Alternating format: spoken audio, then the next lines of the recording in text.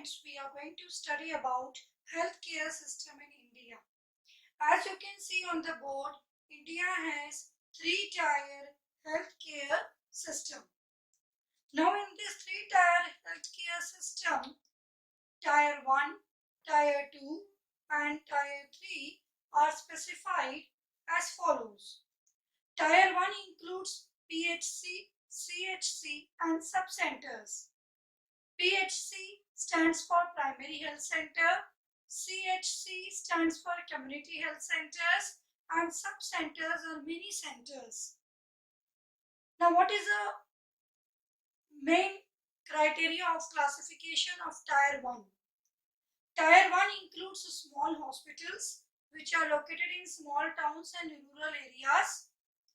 These are managed by a single doctor and midwives, who are also known as auxiliary nursing midwife, who can handle the minor operation issues and delivery cases in case if the doctor is not available. The main work is educating people on health issues, spreading awareness in them and providing vaccination, immunizing them against infectious disease. The treatment which is given in these primary health centers is preliminary treatment. Initially, the patients are admitted in community health centers and then they are shifted and referred to the primary health centers in case if their health does not improve. Secondly, we have Tier 2, in which we have secondary healthcare centers. Secondary healthcare centers are more upgraded in comparison to the primary healthcare centers. They are located in big towns and district headquarters. Here we have some upgraded facilities like X-ray machines, ECG, electronic cardiograph machines for the heart problems, and some minor surgery issues can be handled over here. Some simple operations can also be carried on in these secondary healthcare centers. In case of tertiary healthcare centers, which are coming into the category of Tier 2, very high-tech and specialized facility healthcare centers which are fully equipped with latest mechanical technology of medical equipments. They are fully equipped. Main benefit of these kind of healthcare centers are they provide medical facilities as well as they are educational and research centers for the medical students also. For example, All India Institute of Medical Sciences, popularly known as AIIMS in New Delhi. Then the second example is Postgraduate Institute PGI in Chandigarh. Third example is NIMHNS, National Institute of Mental Health and Neurosciences, Bengaluru, which is a very large center of neuroscience. This is the next topic, that is private sector health infrastructure. What role private sector has played in the field of health infrastructure. At the time of independence, you will be surprised to know that the role of private sector in health infrastructure was only 8%. But if we talk about today's scenario, then more than 80% of the healthcare spending in the Indian economy is done by private sector at present. If we talk about the treatment, then the treatment availed by the people in private non-institutional outpatient facilities, the data shows that in rural areas, 78% of people are taking this facility and treatment, and in urban areas, 81% patients are availing treatment in this manner. If we talk about the treatment in the private hospitals, 58% of the people of the rural areas are taking treatment in the private hospitals, and 62% of the people in the urban areas are seeking treatment in the private hospitals. The fourth point is the most important point of this topic: dominant role of private sector. 93% hospitals are governed by the private sector. They are private hospitals. 64% bed requirements are fulfilled by the private sector hospitals. 80 to 85% doctors are appointed and are provided by the private sector. These are the main facilities which you can see on the right hand side, which are provided by the sector, that is medical education and training, then medical technology and diagnostics, that is research work, manufacture and sale of pharmaceuticals, that is medicines, construction of hospitals, and provision of medical services. These are the main areas where the private hospitals are working at present, and the private sector is paying more attention in the field of medical in these aspects. Now this is again a very important topic, students, in the chapter of infrastructure, that is health as an emerging challenge. Why is health infrastructure considered to be an emerging challenge in India? Regular efforts have been made since independence to produce good results in the area of health, because it is a key component of social infrastructure. But still, there are some following observations which show that healthcare is an emerging challenge in India.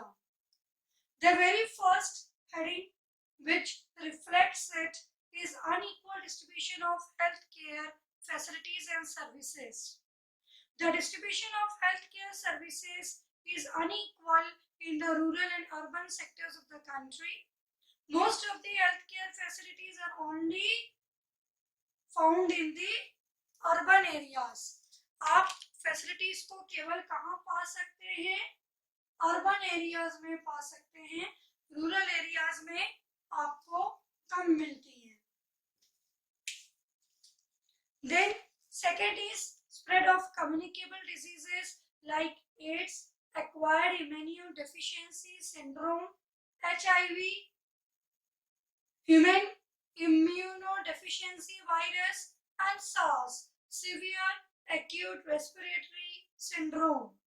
These kind of communicable diseases are not yet totally eradicated from the country. They are still raising their heads and are a serious threat to the society. अभी भी कई areas में इस तरीके की diseases पाई जा रही हैं और वो प्रॉब्लम्स क्रिएट कर रही हैं. Third is poor management. There is a mismatch between the number of patients and the number of healthcare centers.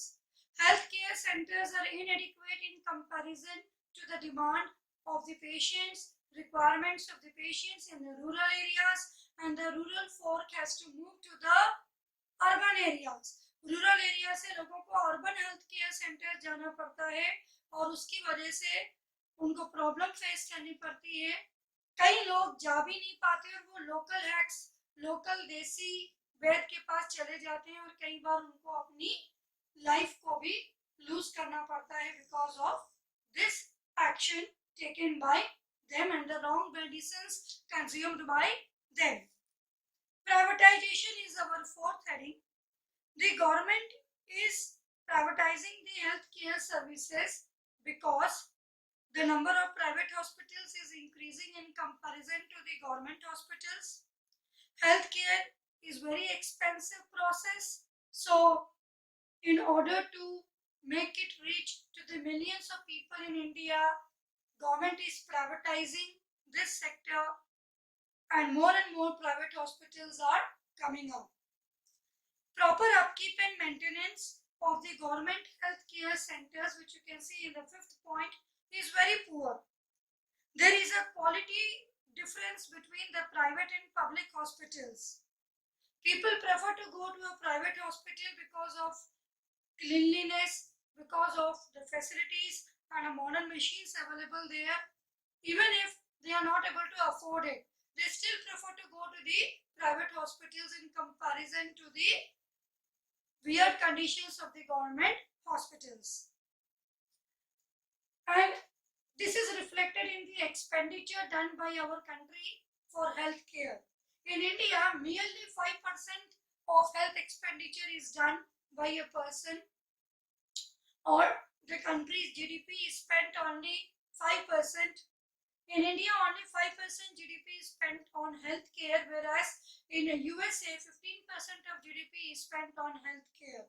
Similarly, country's total expenditure, if we talk about, then 50% of total expenditure is done in case of healthcare facilities in USA, and in India it is only 20%. From this we can get an idea as to what is the condition of upkeep and maintenance of healthcare in our country. Sanitation level is extremely poor in the rural and the urban areas in India. Sanitation infrastructure includes clean surroundings where we live and work, and secondly, awareness of sanitation among the people of the country and their participation in the awareness programs. एक तो आसपास की जगह neat and clean होनी चाहिए और लोगों को अवेयरनेस प्रोग्राम में पार्टिसिपेट करना चाहिए. ये दोनों ही चीजें हमारी कंट्री में बहुत कम है, जिसकी वजह से स्वच्छ भारत अभियान गवर्नमेंट ने रन किया है. And many 30% of the houses still do not have any toilet facilities. Even in the urban areas, in the urban slums, sanitation is miserable. Slum dwellers are prone to diseases. Rural sanitation is still worse. 150 districts in India still have, kacha toilet system, and rural population does not even have 20% of the sanitary facilities, because of which government has implemented Swachh Bharat Abhiyan in the year 2019, and the government is taking regular steps to improve the health condition of the people in the rural and slum areas and improve health infrastructure in the country. System of medicine indicated by ISM. This system of medicine is Indian in origin. It also has some of the systems that have come to India from outside and have got mixed into the Indian culture. So it is a mixture of those systems which originated in India as well as came from outside sources. At present, there are 6 recognized systems of medicines prevalent in India. You can see I have indicated 6 in the bracket. And these 6 systems are merged into a single word, that is Ayush. A stands for Ayurveda. Okay. Y stands for Yoga. U stands for Unani. Those doctors who write BAMS in front of their name are Unani doctors. They give you mixed medicines, some herbs, as well as mixture of some allopathic medicines. S for Siddha. These people are believed to have some powers with the help of which they can cure, the problems related to a person. H stands for homeopathy. Now you must be wondering, these are only 5 systems. Ayurveda also includes a part of naturopathy. The word Ayush does not include any in it, but in Ayurveda we are including a second subpart that is also known as naturopathy. And these natural oils are also used in homeopathic medicines, so it can also be considered as a subpart of homeopathy. So Ayush also includes naturopathy as the 6th system of medicine. I will write down the name on the top of the board so that you may get it clear. That is naturopathy. homeopathy. This is not mentioned separately, but it is included in the part of Ayurveda as well as homeopathic medicines. The data as per 1st April 2015 in India shows that as per Indian system of medicine, we have 3,632 ISM hospitals based on this system of medicine, 26,352 dispensaries, 3,632 ISM hospitals based on this system, 26,352 dispensaries, 58,020 beds, 7,44,563 registered practitioners working under this system of medicine, 544 undergraduate colleges and 170 postgraduate colleges. You can have a close look at the data which is written on the board. It is very important from board examination point of view. This data is recorded as per the sources published on 1st April 2015 by Government of India. The next topic is women's health in India. In India, we notice a social biasness in healthcare sector against women. Now, what are the reasons that support this statement that healthcare sector is biased towards women in India?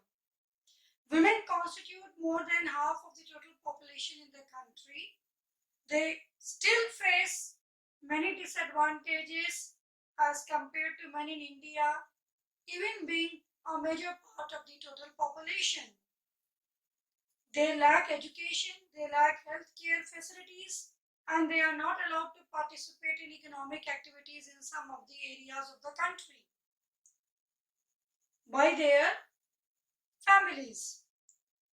The child sex ratio has also declined in comparison to 1951. It was 946 in 1951.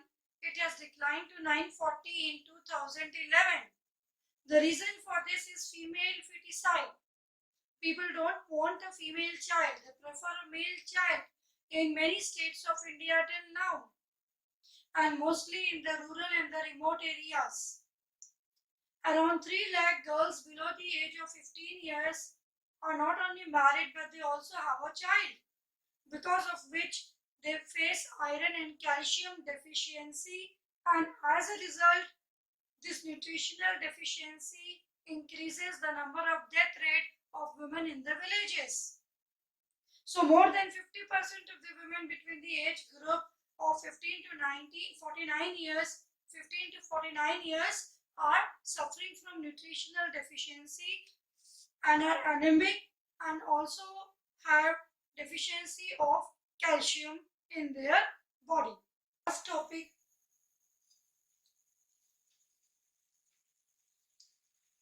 The next topic is rural, urban and rich poor divide. In India, there is a wide gap between the rural and urban areas in context to the medical facilities, and this is the same in case of rich and poor. Health infrastructure is biased in both the aspects, rural and urban areas as well as rich and poor people. Health infrastructure is biased because it is in favor of rich and urban areas and does not support the poor people and the rural areas. Rural areas are not able to get the access of health infrastructure. Even though 70% of the country's population lives in rural areas, but 80% of the hospitals are in urban areas. आप देखिए बिल्कुल reverse situation है. 70% country की population rural areas में रह रही है, मगर 80% हॉस्पिटल्स अर्बन एरियाज में है. तो 8% को रूरल एरिया से अर्बन एरिया में ट्रैवल करना पड़ेगा फैसिलिटी अवेल करने के लिए. Only 25% people of the country get proper access to the medical care. Rich spend only 2% of their income on health care because वो already बहुत aware होते हैं, उनका जो रहने का environment होता है वो neat and clean होता है, surroundings बहुत अच्छी होती हैं, तो as a result वो कम बीमार पड़ते हैं. So they have to spend just 2% of their income on healthcare. But because a poor person sometimes live in such kind of surroundings which are not properly sanitized, which are not neat and clean, for example, slum areas, they have to spend 12% of their income on the healthcare, which is too much. It is a great part of their income. And this leads to debt trap. वो कर्ज में डूब जाते हैं when expenditure on healthcare becomes essential for them. उनके पास कोई option ही नहीं बचता खर्चा करने के अलावा, तो वो किसी डेट ट्रैप में फंस जाते हैं. और ऐसे लोग जो स्पेशलाइज्ड हेल्थ केयर फैसिलिटीज को अवेल कर पाए, उनका पोर्शन बहुत ही इनसिग्निफिकेंट है. Very less percentage of people from the population of the country is able to get access to the specialized healthcare facilities. So if we see these facts and figures, we can clearly state that there is a wide gap of health infrastructural facilities in rural and urban areas, as well as in comparison to the rich and the poor people of the country. Global burden of disease, GBD. G for global, B for burden, and D for disease. Now, what is the meaning of the term GBD? GBD is an indicator to measure the health status of a country in comparison to the other countries across the world. It indicates two important aspects. It means the number of premature deaths due to a particular disease, and secondly the duration of disability of the person suffering from that disease. क्या मतलब है इसका कि कितने लोग premature death को face कर चुके हैं किसी पर्टिकुलर बीमारी की वजह से. वो और जी सकते थे मगर उतना लंबा नहीं जी पाए, उनकी लाइफ एक्सपेक्टेंसी रेट से पहले ही डेथ हो गई. दूसरी बात, कितने साल उन्होंने उस डिसेबिलिटी और सफरिंग को फेस किया. The duration, the time period of that disability caused because of that suffering of disease. India has 1/7 of the world's population. World की 1/7 पॉपुलेशन इंडिया को इनहैबिटेट करती है, but unfortunately India is carrying 20% of GBD. World का 20% global burden of disease India में है. 20% of the people of India come under this category.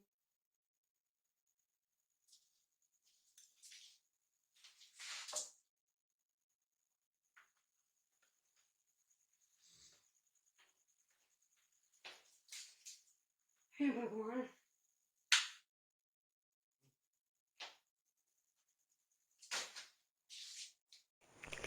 Medical tourism is choosing to travel outside your local area for medical services. It is also known as medical travel or health tourism. Now, it is a very growing sector in India. India's medical tourism is expected to grow at a rate of 30%, and it is attractive for the patients from developed countries to come to India and get treated because of good quality of treatment as well as the lower cost rates. Cost of major surgeries in India is just 10% of that in the developed countries, and the quality of services provided is also very good. So medical tourism has emerged as a very strong aspect of health infrastructure in India.